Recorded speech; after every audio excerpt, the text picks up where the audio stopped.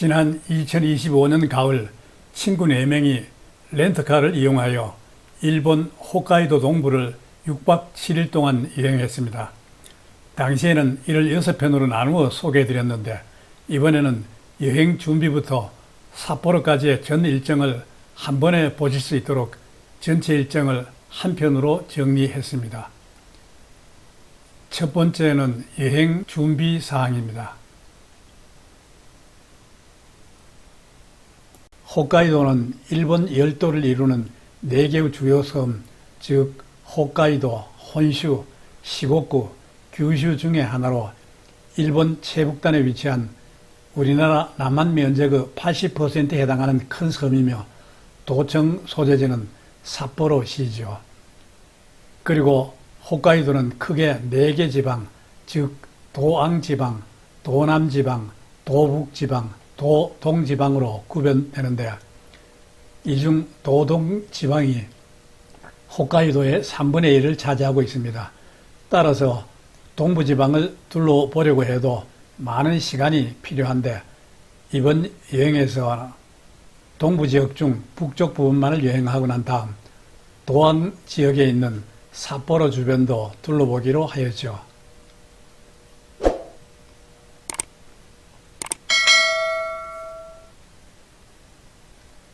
오늘은 홋카이도로 여행을 떠나기 앞서 홋카이도 자유여행을 계획하면서 사전에 준비해 둔 것에 대하여 말씀드리겠습니다. 혹시 홋카이도 자유여행을 계획하고 있으시다면 함께 준비해 보시죠. 첫째, 항공권 예매입니다. 홋카이도 동부지역으로 가기 위해서는 곧바로 김포에서 메만베츠 공항으로 가서 동부지역을 둘러보고 그 다음 필요에 따라 삿포로로 돌아와 주변을 여행한 다음 한국으로 돌아올 수도 있죠. 그런데 이 경우 스카이 스캐너에서 김포에서 메만베츠 공항으로 가고 메만베츠 공항에서 삿포로로 돌아온 다음 인천으로 돌아오는 항공권을 검색해 보니 인천에서 삿포로 왕복 항공권과 삿포로에서 메만베츠 왕복 항공권을 사는 것보다 비싸더군요. 그래서 일단 인천과 삿포로 사이에 대한항공 왕복 항공권을 1인당 32만 6,700원 그리고 삿포로와 메만베츠 사이에 일본 항공과 아나 항공권을 1인당 13만 6,480원에 예약해 두었습니다.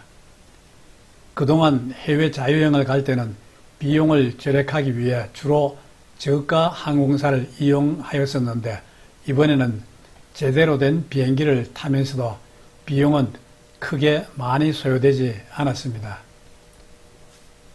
둘째는 현지 여행 계획을 수립하는 것입니다. 이번 여행에서는 현지에서 다음과 같이 여행하기로 계획하였습니다. 먼저 출발 당일, 즉 9월 18일은 삿포로 치토세 공항에 도착한 다음 다시 국내선 아나 항공을 타고 메만베츠 공항으로 가 렌트카를 수령하고 숙소로 이동한다. 2일차인 9월 19일은 구샤로 호수 주변을 구경한다. 3일차인 9월 20일은 마시오를 거쳐 시레토코 방향으로 가면서 주변을 구경한다.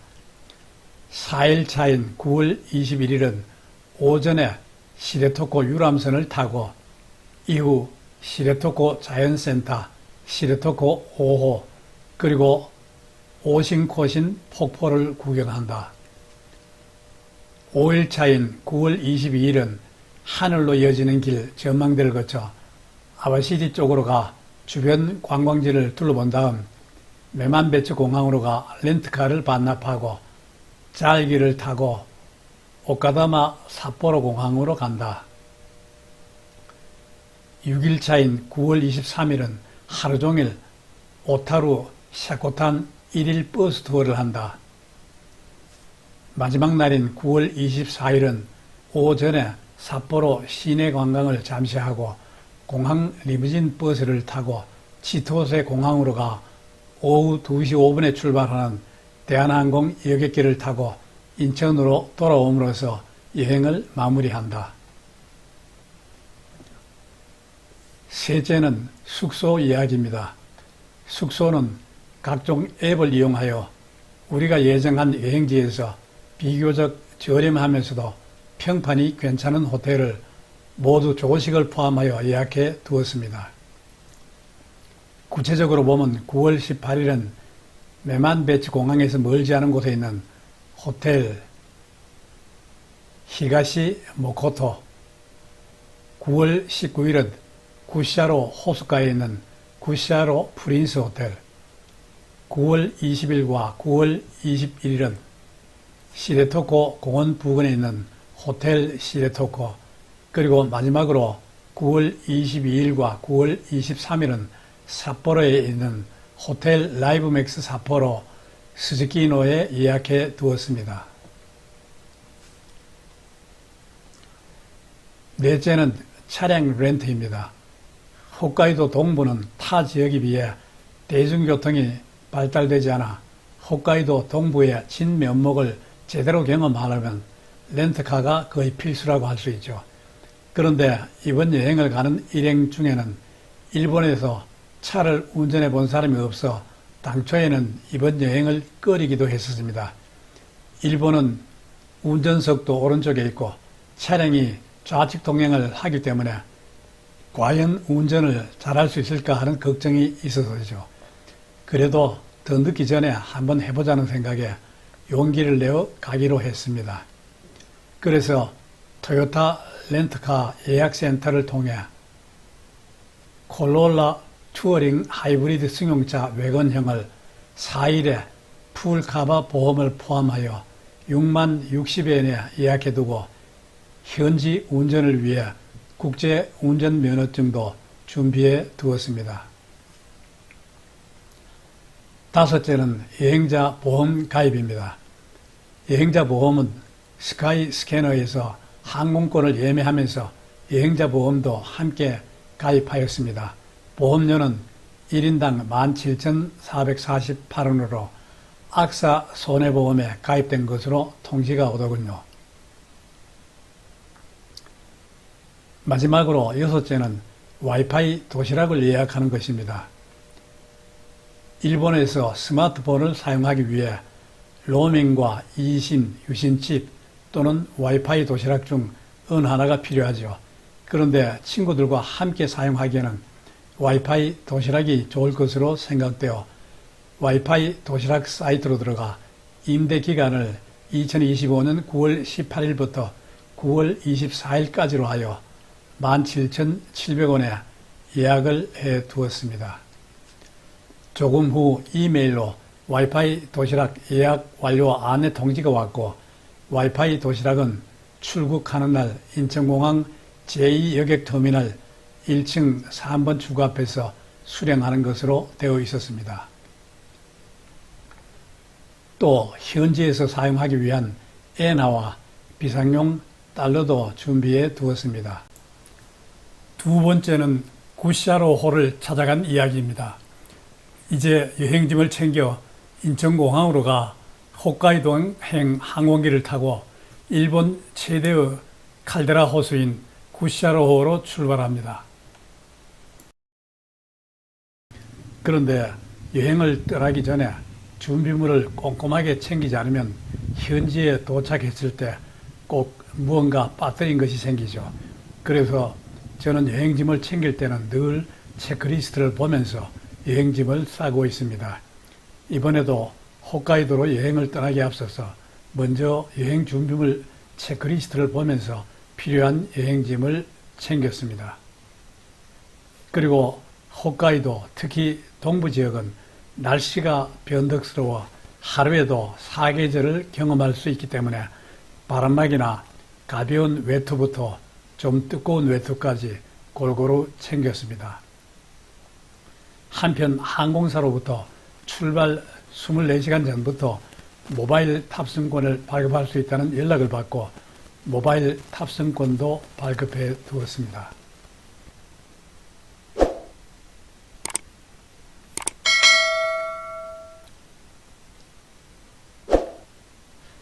저는 출발 당일 아침 공항철도를 타고 인천공항으로 출발, 오전 10시경 인천공항 제2여객터미널에 도착, 먼저 1층 3번 출구 옆에서 미리 예약해둔 와이파이 도시락을 수령하고 3층 출국장으로 올라가 이번 여행을 함께할 친구들과 만나 출국 수속을 밟았습니다. 그리고 저는 여행 가방의 부피가 크지 않아 짐은 수화물로 붙이지 않고 그냥 휴대하고 비행기에 탑승하기로 하였죠. 따라서 공항에서 특별히 밟아야 할 절차가 없어 1번 출국장 옆 교통약자 우대 출구를 통해 신속하게 출국 수속을 밟을 수 있었습니다. 교통약자 출국우대 서비스는 70세 이상이거나 임산부 등 이른바 교통약자들이 기존 출국장과 분리해 별도로 설치된 문을 통과하여 빠른 출국 수속을 밟을 수 있도록 하는 서비스입니다. 교통약자들은 인천공항 제1여객터미널의 경우 2345번 출국장의 옆, 그리고 제2여객터미널의 경우 1, 2번 출국장의 옆에 있는 교통약자 우대 출구라고 파란색 바탕에 흰색 글씨로 적혀 있는 곳을 이용할 수 있는데 고령자들은 이곳에서 여권만 제시하면 되죠. 그리고 제2여객터미널에서 출국 수속을 마친 다음에는 천천히 탑승국 쪽으로 가 12시 35분에 출발하는 삿포로 치토세 공항으로 가는 대한항공 KE 769편에 몸을 실었습니다. 근래 해외여행을 하면서 주로 여행 경비를 절약하기 위해 저가 항공사를 이용하였었는데 이번 여행에서는 대한항공을 이용함에 따라 비행 도중 기내식을 제공해 주어 모처럼 맛있게 먹었습니다. 우리를 태운 비행기는 오후 3시 20분경 삿포로 치토세 공항에 도착하여 입국 수속을 하는데 공항 직원이 우리가 연식이 좀 된 것을 알아보고 도와줘 신속하게 입국 수속을 할 수 있었습니다. 입국 수속을 마친 다음에는 일단 국내선 쪽으로 가 내만 배치로 가는 국내선의 체크인을 하였습니다. 국내선 체크인을 한 다음에는 국내선 부근에 있는 상가 구경도 하면서 저녁 먹거리를 장만한 후 잠시 휴식을 취했죠. 그리고 18시경 국내선 탑승 수속을 마치고 102번 탑승구로 가 잠시 기다린 후 18시 40분에 출발하는 내만 배치행 NH4867편에 탑승하였습니다. 그런데 우리가 탄 비행기는 일본의 대형 항공사인 아나항공 소속이지만 정원이 100명에 지나지 않은 소형기로 기내는 고속버스를 탄 것 같았고 운항시간이 짧아 기내식은 제공되지 않고 음료수 한 잔만 제공해 주더군요. 우리가 탄 비행기는 19시 30분에 내만배치 공항에 도착하였고 공항에서 내린 다음 우리는 미리 예약해둔 렌트카를 수령하기 위해 공항 내에 있는 토요타 렌트카 내만배치 안내소로 갔죠. 그리고 공항 사무실에서 안내에 따라 우리는 공항 부근에 세워둔 셔틀버스를 타고 렌트카가 있는 영업소로 가 간단한 설명을 들은 다음 차량을 인수하였습니다. 차량을 수령한 다음에는 일행 중 한 친구가 차를 몰고 약 20분을 달려 오늘 묵을 숙소인 히가시 모코토 호텔로 가 체크인을 하고 여장을 풀었습니다. 그리고 삿포로 공항에서 가지고 온 음식으로 간단히 저녁을 먹으면서 동시에 오늘 처음 일본 운전에 도전한 친구의 무사 운전을 축하하는 자리로 삼았습니다. 오늘 우리가 묵을 히가시 모코토 호텔은 호텔과 식당 그리고 가게를 겸하고 있는 곳으로 내만배치 공항에서 약 18km 떨어진 곳에 위치하고 있죠. 우리는 트윈룸 2개를 조식 포함 조건으로 32,616엔에 예약하였는데 대역장은 없지만 호텔 내부는 일본 호텔로서는 넓은 편이고 또 신축하지가 오래되지 않아 욕실 및 화장실 시설도 깔끔하더군요. 그리고 다음날 아침 일어나 7시 30분경 호텔 식당인 레스토랑 쿠르링크에서 조식을 먹었는데 당초 예상은 조식이 간단하게 제공될 것으로 생각했으나 식당에 가보니 도시락 형태로 구운 생선, 오믈렛, 야채, 된장국, 따뜻한 밥이 있는 일본식 아침 식사를 정갈하게 차려놓고 있었고 먹어보니 맛도 좋았습니다. 아침 식사 후에는 짐을 챙겨 오전 9시에 체크아웃을 하고 시바 자쿠라 공원으로 향했습니다.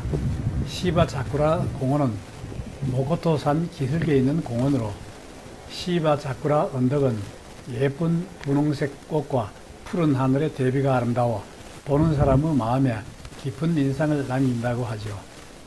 그런데 공원은 꽃피는 계절이 아니라서 관광객이 보이지 않고 또 안으로 들어가려면 입장료도 내야 해서 들어가지는 않고 밖에서 공원 내부를 바라보기만 하고 차를 돌려 가와유 온천 조격장으로 향했습니다. 가와유 온천으로 가는 도중에 모코토산 전망 주차 공원이 있어 들렸는데 이곳에서 보는 구시아르 호수의 풍경은 그야말로 한폭의 수채화였습니다. 구시아르 호는 일본에서 가장 큰 칼데라 호수, 즉 화산 폭발 후 수축으로 생겨난 함몰 지형인 칼데라에 물이 고여 만들어진 호수로서 겨울이 되면 따뜻한 온천수에 이끌려 수백 마리의 큰 고니들이 찾아와 월동하는 모습이 장관을 이룬다고 하죠. 잠시 함께 경치를 감상해 보시죠.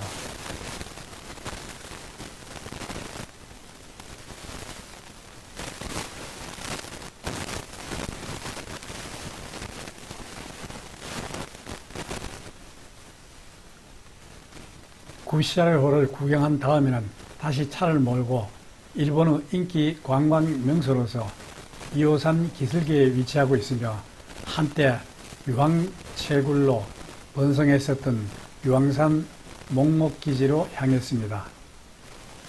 유황산, 즉 이오산은 산비탈에서 콸콸 소리와 함께 연기가 뿜어져 나오고 주변은 독특한 유황 냄새로 가득 차 있는데 이곳 휴게소에서는 기념품과 온천 계란도 판매하고 있죠.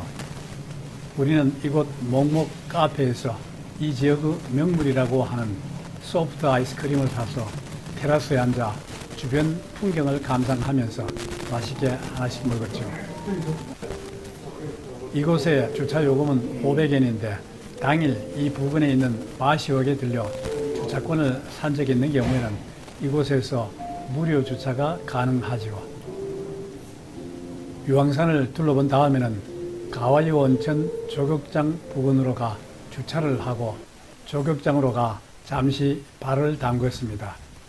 그런데 온천수는 따뜻해 좋은데 온천수 안에는 죽은 벌레들이 많이 보여 기분이 좋지는 않더군요.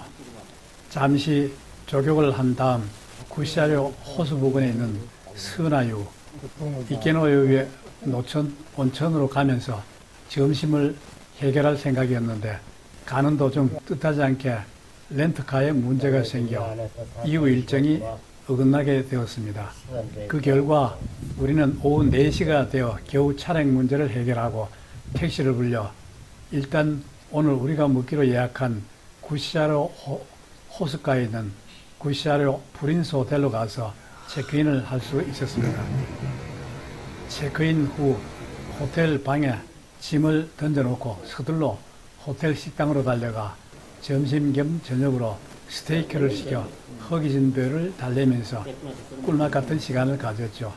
이 집의 스테이크는 고기 자체도 좋고 요리도 잘해 친구들 모두 이구동성으로 맛있다고 하더군요.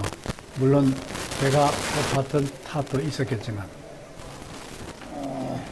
오늘 우리가 묵을 구시아르 프린스 호텔에서는 침대가 4개가 있는 패밀리 룸을 조식 포함 31만 8,820시간에 예약해 두었었죠. 그런데 호텔 방은 다소 좁은 느낌이 있었으나 호텔이 호숫가에 위치하고 있어 주변 풍경은 더할 나위 없이 좋았습니다. 호텔에는 본관 3층에 투숙객들이 이용할 수 있는 온천이 있는데 이 온천은 이른 아침과 오후 2시부터 자정까지 하루 2차례 운영하고 사용료는 투숙객 1인당 하루 150엔입니다. 다음 목적지는 마슈호입니다.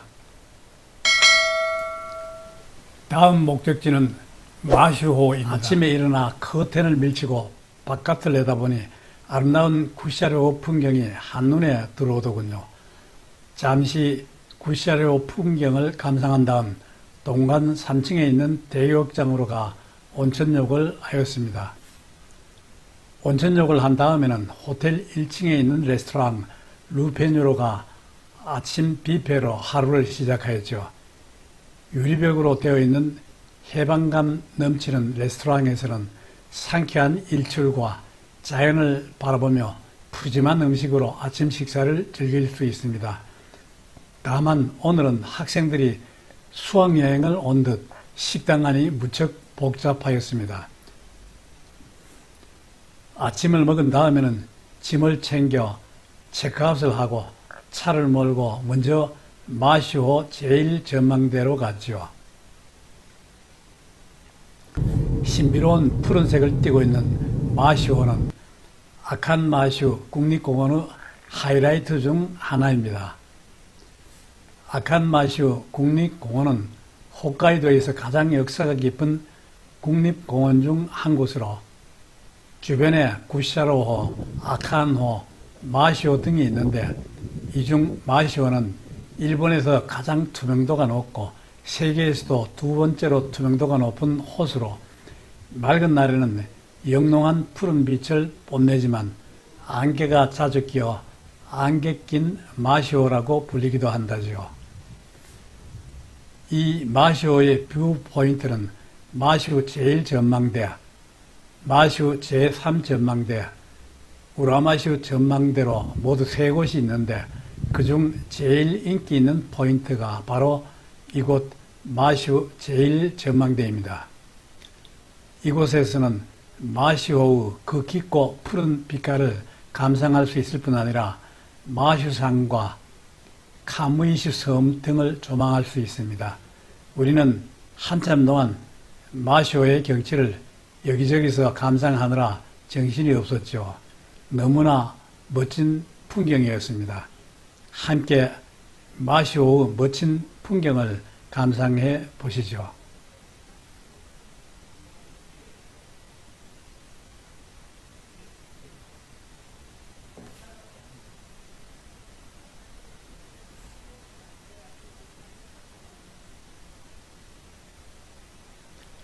마시호를 구경한 다음에는 차를 몰고 약 1시간 거리에 있는 카이오다이 전망대로 갔습니다.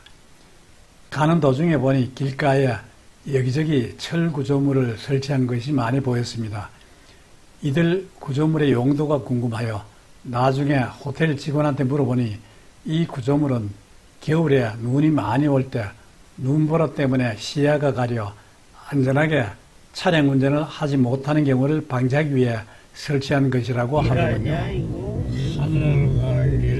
표고 271m의 작은 언덕에 위치하고 있는 카이오다이 전망대에서는 목장과 울타리 모양의 방풍림 등 홋카이도만의 경치가 한눈에 펼쳐지죠.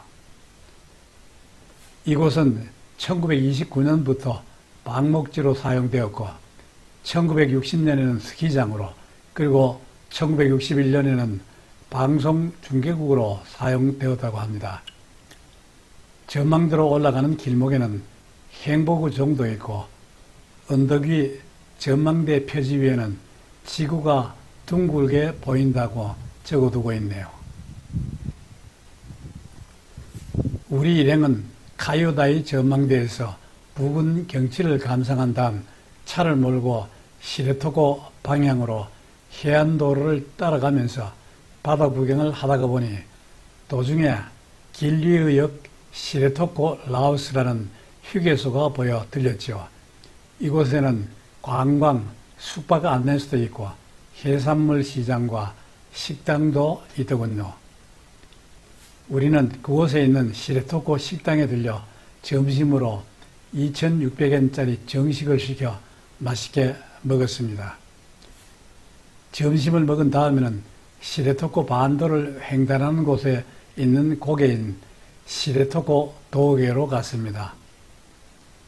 홋카이도에서 유일하게 겨울 기간 동안 강설로 통행이 금지되는 시레토코 도계는 길이 23.8km의 도로가 이어져 있고 최고 표고가 738m에 달한다고 합니다. 이곳은 생동하는 동식물뿐만 아니라 표고 1661m의 라오스 산도 한눈에 조망할 수 있는 전망대로도 유명합니다. 시레토코에서는 불곰이 출몰한다고 하여 가는 곳마다 불곰에 대한 안내를 하고 있는데 시레토코 고개도 예외가 아니더군요. 도계 전망대에서 주변을 잠시 감상한 다음에는 오늘 우리가 묵을 숙소인 호텔 시레토코로 가 체크인을 하였습니다. 오늘과 내일 우리가 이틀간 묵을 호텔 시레토코에서는 4명이 함께 사용하는 일본식 다다미방으로 조식 포함하여 오늘은 토요일이라 41,736엔, 내일은 일요일로서 33,146엔에 예약해 두었습니다. 호텔 시레토코는 호텔 규모도 상당하고 외관도 잘 갖추어져 있지만 우리가 묵을 다다미방에 들어가 보니 4명이 자기에는 무척 불편하게 생겼더군요. 그러나 이미 엎질러진 물이라 다른 방법은 없었죠. 그리고 호텔 시레토코에는 오후 3시부터 다음날 오전 9시까지 이용할 수 있는 대중탕과 노천탕이 있는데 투숙객도 별도로 입용료로 하루당 300엔을 내야 하죠. 어메니티는 1층 로비 프론트 카운터 옆에서 챙기면 되고 목욕 가운인 유카타는 객실에 있더군요. 호텔 내에서는 유카타를 입고 다녀도 된다고 하며 1층 로비에는 시레토코 자연정보 코너도 있고 주차장은 5개 넓게 있어 주차 걱정을 할 필요가 없었습니다. 호텔 방에서 잠시 휴식을 취한 다음에는 차를 몰고 호텔에서 멀지 않은 곳에 있는 편의점 세븐일레븐으로 가 저녁으로 먹을 음식과 술을 사와서 방 안에서 일행 4명이 둘러앉아 맛있게 먹었습니다. 그런데 내일은 시레토코 유람선을 타고 시레토코 반도를 둘러본 예정인데 사전에 알아본 바에 의하면 시레토코 유람선의 전용 주차장은 없고 마을에 있는 유료 주차장에 주차하여야 하고 주차장으로 가는 길을 복잡하게 적어 놓고 있더군요. 그래서 혹시 유람선 선착장까지 편하게 갈 수 있는 셔틀버스가 없는가 하여 프론트에 가서 물어보니 태풍으로 인해 내일과 모레 이틀은 유람선이 출항을 하지 않는다고 하네요. 아, 불사. 유람선을 타기 위해 미리 예약을 해두고 이렇게 멀리 시레토코까지 왔는데 유람선이 출항하지 않는다니 청천벽력이었습니다. 그렇지만 이미 시레토코까지 왔는데 어찌 달리 방도가 없더군요. 그래서 당초 계획에서 유람선 탑승을 빼고 나머지 일정으로 하루를 보내기로 했죠. 그리고 저녁에 특별히 할 일도 없어 온천을 하기 위해 1층에 있는 대중탕으로 가 피로를 풀었습니다. 이제 본격적으로 시레토코 반도 여행을 시작합니다. 아침에 일어나 커튼을 걷고 창밖을 내다보니 예보한 대로 엄청나게 바람이 불고 있더군요. 우리 일행은 새벽 6시경 1층 대욕장으로 가 온천욕을 한 다음 7시 반에 호텔 2층에 있는 레스토랑 치타타로 가 조식을 먹었죠. 식당에 가보니 식당 규모도 엄청나고 조식 뷔페로 일식과 양식을 포함한 다양한 음식을 마련해 두고 있더군요. 우리는 오늘 태풍으로 인해 유람선 출항이 취소되었기 때문에 시간적인 여유가 있어 느긋하게 아침 식사를 하였고, 또 밥을 먹은 다음에는 커피 한 잔을 가져와 잠시 망중한을 즐겼습니다. 식사를 한 다음에는 1층 로비에 나와보니 이곳에도 목재로 불곰을 많이 조각해 두고 있네요. 그리고 로비 한쪽에 있는 시레토코 자연정보 자료실에 들려 필요한 자료를 살펴보다 보니 한쪽에 관광선 운항 상황 안내판이 있는데 오늘과 내일 결항이라고 적어두고 있더군요. 1층 로비를 둘러본 다음 호텔 주변을 둘러보고자 호텔 밖으로 나와보니 저 멀리 하늘에 무지개가 아름다운 자태를 자랑하고 있더군요. 시레토코까지 와서 태풍 때문에 유람선도 타지 못하게 되어 기분이 별로 좋지 않았는데 아름다운 무지개를 보니 무언가 좋은 일이 생길 것 같다는 느낌이 생기더군요. 또 반월형으로 생긴 무지개를 바라보니 오래전 중국 티베트에 갔을 때 봤던 아름다운 무지개가 생각나 한참 동안 넋을 놓고 무지개를 구경하였습니다. 무지개를 감상하고 방으로 돌아온 다음에는 잠시 휴식을 취하고 9시에 호텔을 빠져나와 먼저 시레토코 자연센터로 향했습니다. 시레토코 반도는 홋카이도 북동쪽 끝에 있는 반도로 시레토코라는 이름은 땅끝, 즉 곳을 의미한다죠. 이곳은 홋카이도 고유의 독특한 생태계 환경이 잘 보존되어 있어 1964년 중심부 지역과 인근 바다를 포함하는 약 600평방키로 지역이 일본의 국립공원으로 지정되었으며 이후 범위를 좀 더 넓혀 2005년에는 711평방킬로미터에 해당하는 지역이 유네스코 세계 자연유산으로 지정되었다고 합니다. 시레토코 자연센터에 도착한 다음 센터 안으로 들어가 보니 이곳에도 초입에 고개를 푹 숙이고 있는 불곰이 버티고 있네요. 자연센터에서는 먼저 시레토코에 대한 정보를 획득하고 이어 부근에 있는 왕복 약 2km에 이르는 프레페의 폭포 산책로를 걸었죠.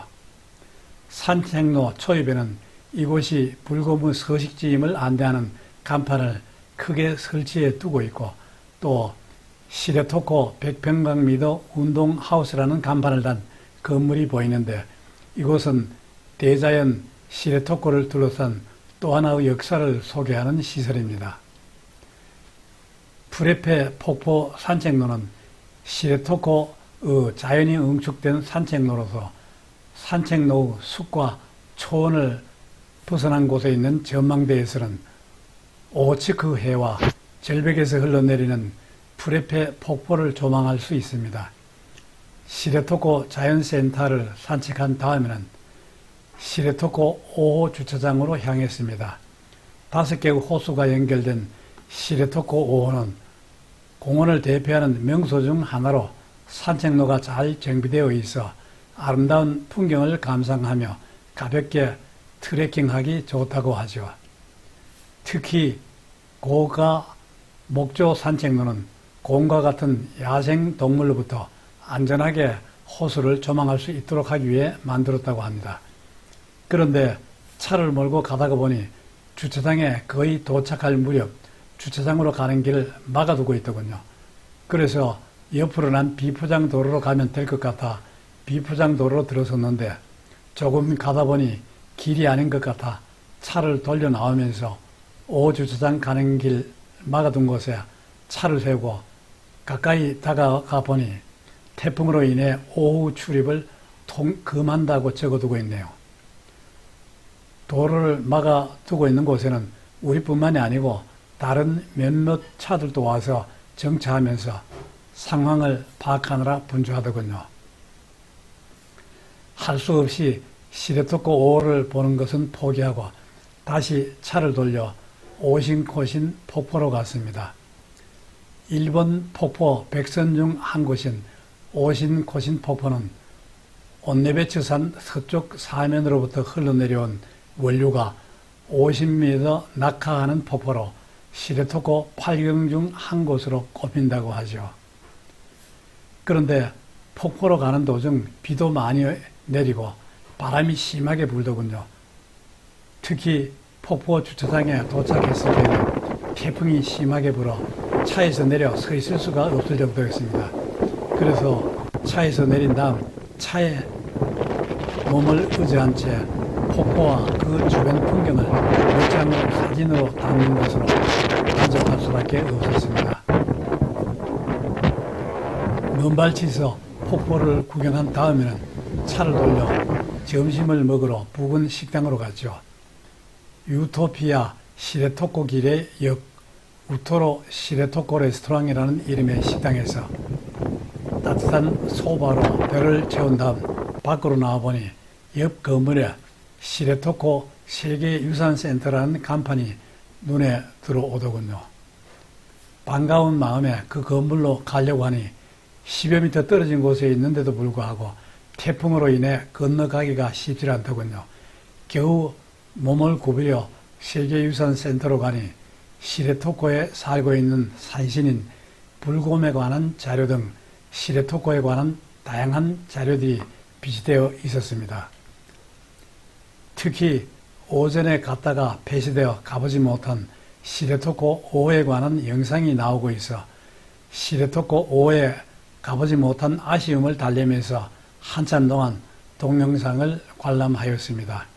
저와 함께 시레토코 5호에 대한 영상을 보시지요.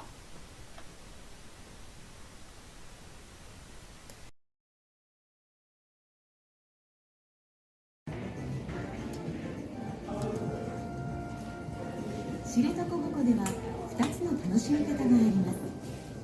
一つは高架木道、もう一つは地上遊歩道です。高架木道は開園期間中いつでも無料で利用できる木道です。全長は知床五湖の魅力を気軽に体験することができます。バリアフリーとなっていますので、高架木道の周りには電気柵が張られているので、日頃に戻ってくることはありません。ただし、子供を呼び寄せたり刺激しないよう、ペットの持ち込みや食べ歩きはご遠慮ください。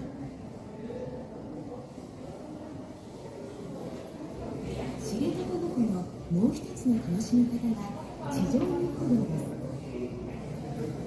地上遊歩道は原生的な시레토코 세계유산센터를 구경하고 나서도 여전히 날씨가 좋지 않아 더 이상 구경하는 것은 무리라는 생각에 오늘 관광은 이것으로 마치고 호텔로 돌아가는 길에 부근에 있는 편의점 세븐일레븐에 들려 오늘 저녁 먹을 먹거리를 사들고 호텔로 돌아왔죠. 호텔에 오니 아직 오후 시간이 많이 남아있어 대욕장으로 가 온천을 하면서 휴식을 취했습니다.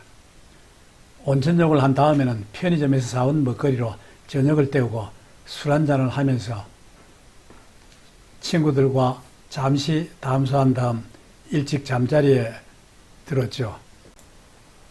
오늘은 아바시리 방면으로 이동합니다.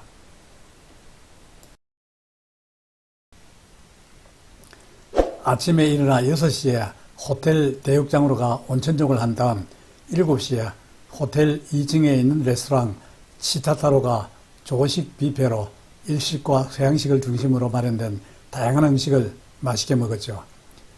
아침을 먹고 난 다음에는 여행짐을 챙겨 나오면서 체크아웃을 하였는데 온천 이용료로 1인당 하루 300원씩을 달라고 하여 지급하였죠. 그리고 아침 9시에 차를 몰고 해안도로를 따라 아바시리 방향으로 향했습니다. 가는 도중에는 주변 경치가 아름다워 시간 가는 줄 몰랐죠. 한참 가다가 보니 하늘로 이어지는 길 전망대가 나타나더군요. 하늘로 이어지는 길은 홋카이도 224번 국도와 334번 국도를 잇는 길이 28km 직선 도로로 기점에서 조망하는 경관을 부르는 명칭입니다. 이 길은 끝길이 하늘로 연결된 것처럼 보인다 하여 지어진 명칭으로 2010년부터 유명 관광지로 주목받기 시작했습니다.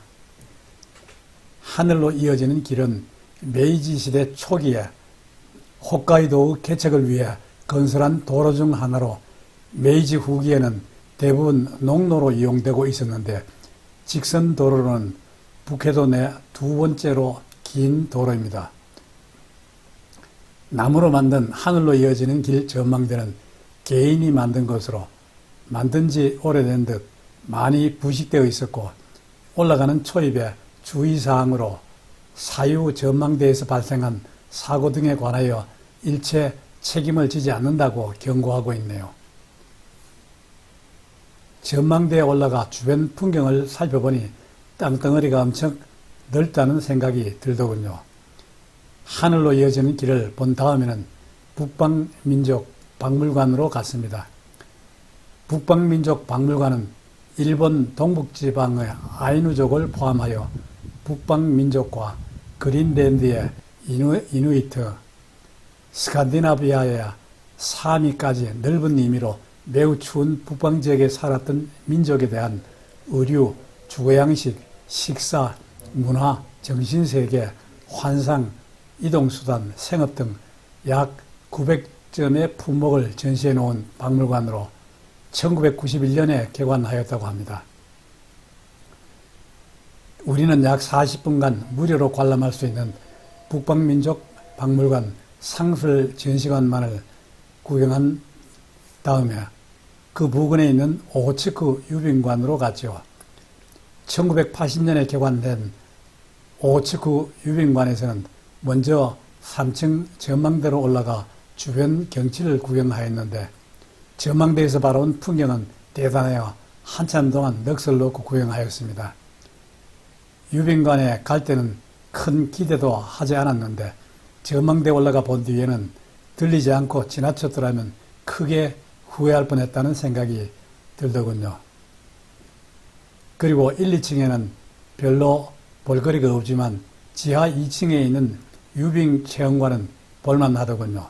체험관은 온도가 영하 15도로 춥기 때문에 두툼한 옷을 빌려주고 안내하는 직원이 친절하게 안내해줘서 편하게 구경을 잘 했죠. 약 40분간 유빙관을 둘러본 다음에는 아바시리 감옥박물관으로 갔습니다. 아바시리 감옥은 일본 최북단의 형무소로 집행형기 10년 이하인 자를 단기간 수용하기 위한 목적으로 만든 형무소입니다. 죄수를 벌하기 위한 목적도 있었지만 홋카이도 개척에 앞장세우기 위한 목적도 있었다고 하죠.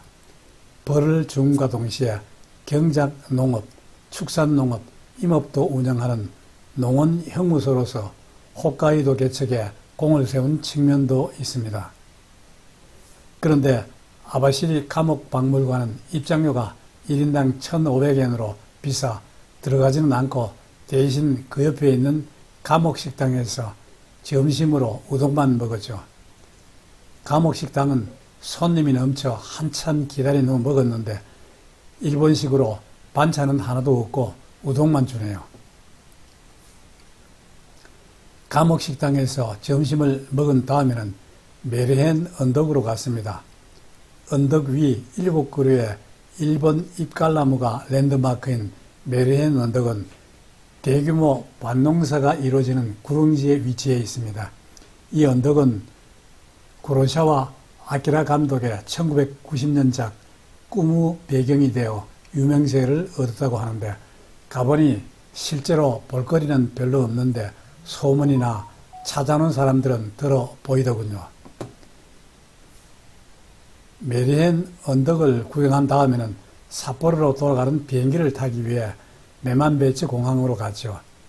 공항에 도착한 다음 먼저 렌트카를 반환하고 오후 4시경 메만베치 공항으로 가 오카다마 삿포로로 가는 일본 항공 2726편에 체크인을 하였죠.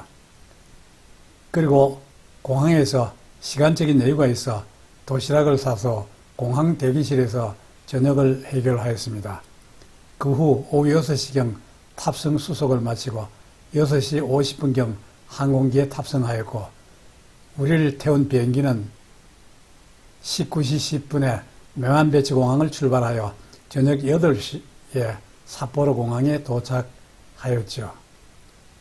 오늘 우리가 타고 온 비행기는 정원이 50명에 지나지 않는 프로펠러가 달린 조그만 항공기로 내부는 고속버스 내부와 거의 비슷하였습니다. 이렇게 조그만 항공기는 처음 타보았는데 조금 시끄럽긴 하지만 나름대로 운치도 있었습니다. 우리는 공항에서 택시를 타고 오늘 묵을 숙소인 호텔 리브맥스 삿포로 스스키노로 가 체크인을 하고 간단히 술 한잔을 마신 후 잠자리에 들었습니다. 오늘과 내일 이틀 동안 우리가 묵을 호텔 리브맥스 삿포로 스스키노는 트윈룸 2개를 이틀을 합쳐서 조식 포함 43,624엔에 예약해 두었었죠. 이 호텔은 지하철 남북구선 스스키노역 5번 출구에서 도보 약 7분 거리에 있는 비즈니스 호텔로 이번 여행에서 우리가 묵은 호텔 중 가장 저렴한 호텔입니다. 지난 3월 시고쿠 지역을 여행할 때 다카마스에서 이와 동일한 명칭의 체인점인 호텔 리브맥스 다카마스 에키마에에서 묵은 적이 있는데 당시 이 체인점에 대한 인상이 별로 좋지는 않았기 때문에 기대를 하지 않았는데 이번에 묵은 호텔은 오래되지 않아서인지는 몰라도 시설도 깨끗하고 내부도 그렇게 좁지는 않더군요. 잠시 묵는 데는 그런 대로 괜찮다는 생각이 들었습니다. 이제 이번 홋카이도 여행의 마지막인 삿포로 시내를 관광하고 한국으로 돌아갑니다. 삿포로는 1972년 동계올림픽이 개최되었던 우리에게도 잘 알려진 홋카이도 수도이자 일본에서 5번째로 큰 도시죠. 우리는 아침에 일어나 호텔에서 제공하는 도시락으로 아침을 해결하였습니다.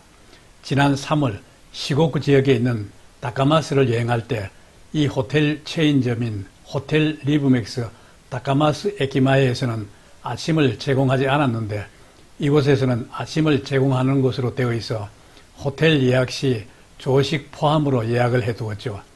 그래서 호텔에 식당이 있는 것으로 생각했었는데 호텔에 도착해보니 호텔에 식당은 없고 호텔에서 제공하는 도시락을 2층 카페에서 먹도록 하고 있더군요.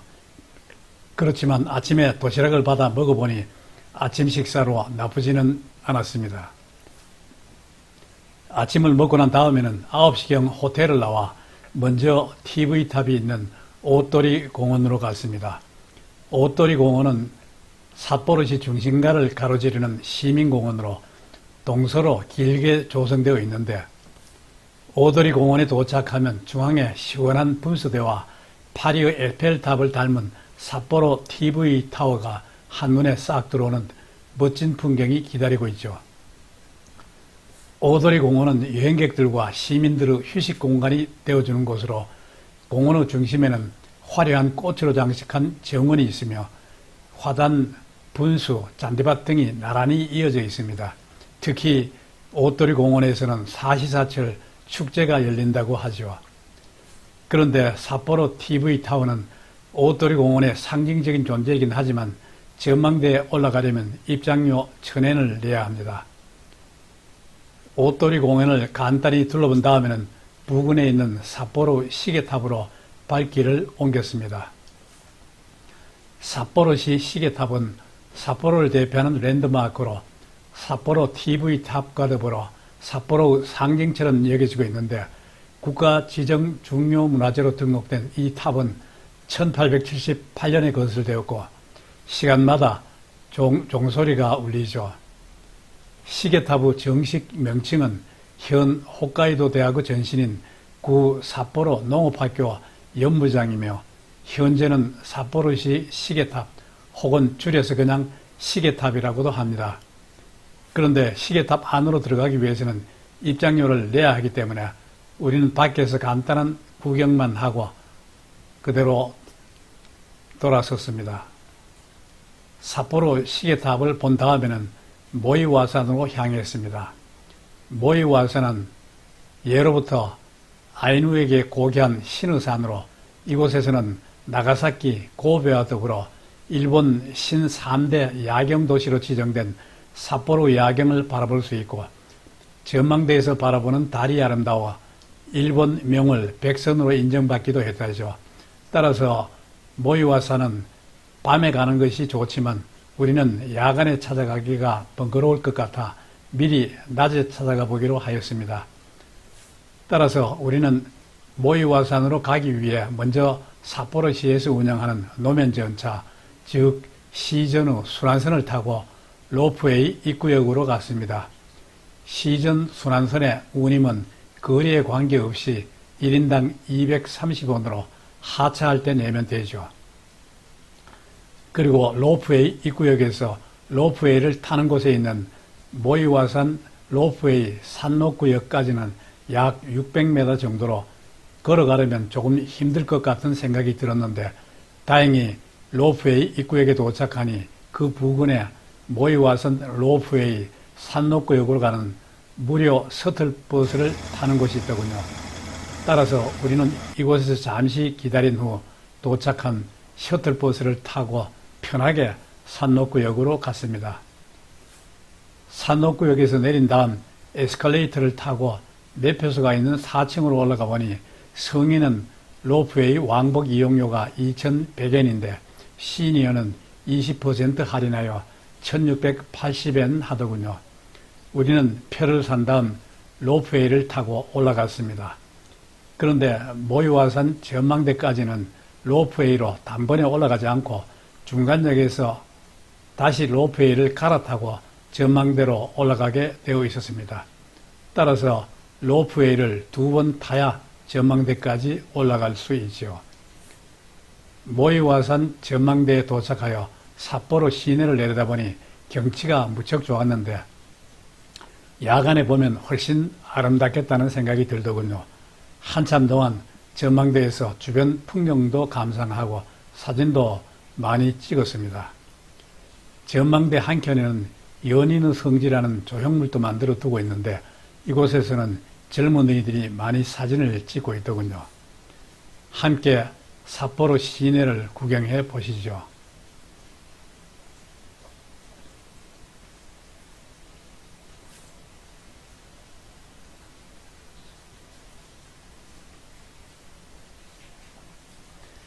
모이와산에서 삿포로 시내를 구경한 다음에는 다시 로프웨이를 타고 내려와 반대 방향으로 셔틀버스를 타고 로프웨이 입구역으로 돌아왔습니다. 그리고 다시 전차를 타고 서사정목역에서 내린 다음 점심을 먹기 위해 식당을 찾았습니다. 그런데 주변을 아무리 뒤져봐도 마땅한 식당을 찾을 수 없어 헤매고 있었는데 마침 근처 역 부근 지하에 사람들이 줄을 서서 기다리고 있는 것이 보이더군요. 가서 보니 서서 먹는 소밭집으로 맛이 있을 것 같아 우리도 그 줄에 서서 450엔짜리 덴푸라 우동을 시켜 먹었는데 맛이 있었습니다. 우동으로 간단히 점심을 때운 다음에는 택시를 타고 삿포로 맥주박물관으로 향했습니다. 삿포로 맥주박물관은 기린, 아사히와 더불어 일본의 3대 유명 맥주 하나인 삿포로 맥주에 관한 전시를 관람할 수 있는 일본 유일의 박물관이죠. 이곳에서는 삿포로 맥주가 어떻게 탄생했는지 그 역사와 발전 과정을 소개하고 있는데 우리가 도착했을 때에는 박물관 외부에 보수공사를 하고 있어 외부는 가려두고 있더군요. 우리는 박물관 안으로 들어가 내부를 간단히 살펴본 후 1층으로 내려와 시음장에서 생맥주 한 잔에 450엔씩을 내고 시음을 하였습니다.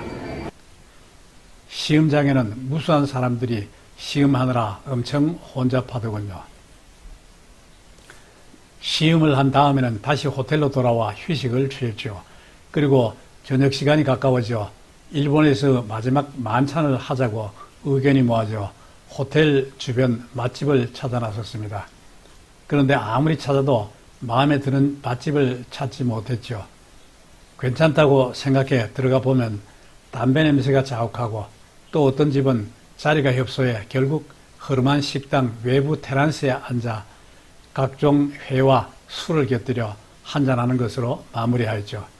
저녁을 먹은 다음 호텔로 돌아오니 피로가 몰려와 일찍 잠자리에 들었습니다. 그리고 다음날 아침에 일어나 호텔에서 제공하는 조식 도시락을 먹고 느긋하게 9시 반경 체크아웃을 한 다음 짐을 챙겨 들고 약 15분을 걸어 신치토세 공항으로 가는 리무진 버스 정류장에 있는 호텔 아베스트 삿포로 맞은편으로 갔죠. 아베스트 호텔 맞은편에 도착, 잠시 기다린 후 곧이어 도착한 공항 리무진 버스를 타고 약 1시간 20분을 달려 치토세 공항으로 갔습니다. 치토세까지의 리무진 버스 요금은 1,300엔으로 하차할 때 지급합니다. 공항에 도착한 다음에는 먼저 국내선 쪽에 있는 상가로 가 초밥을 사서 상가 중앙에 마련된 자리에 앉아 간단한 점심으로 맛있게 먹었죠. 점심을 먹은 다음에는 국제선 쪽으로 가 대한항공 체크인 카운터에서 짐을 붙이고 출국 수속을 하였습니다. 출국 수속을 마친 다음에는 부근 면세점에 들려 간단한 선물을 구입하고 탑승구 앞에서 잠시 휴식을 취한 뒤 14시 5분에 삿포로 치토세를 출발하는 KE 766편에 탑승하였습니다. 그런데 우리가 탄 비행기는 출발 시간이 다 되어도 이륙할 생각을 하지 않았고 이어서 나온 안내방송에 관제탑 이륙 허가가 나지 않아 30분 연발할 예정이라고 하더군요. 그 후 우리가 탄 비행기는 14시 40분경 치토세 공항을 이륙하고 약 3시간 후인 17시 50분 가까이 되어 인천항에 도착함으로써 이번 홋카이도 여행이 마무리되었죠. 돌이켜보면 이번 홋카이도 여행은 예상치 못한 태풍으로 일정이 바뀌기도 했고 일본에서 처음 렌트카를 운전하는 긴장도 있었습니다. 하지만 여행을 마치고 나니 렌트카 덕분에 대중교통으로는 보기 어려운 풍경을 만날 수 있었습니다. 앞으로 홋카이도 자유여행을 준비하시는 분들께 이 영상이 도움이 되길 바랍니다. 시청해 주셔서 감사합니다.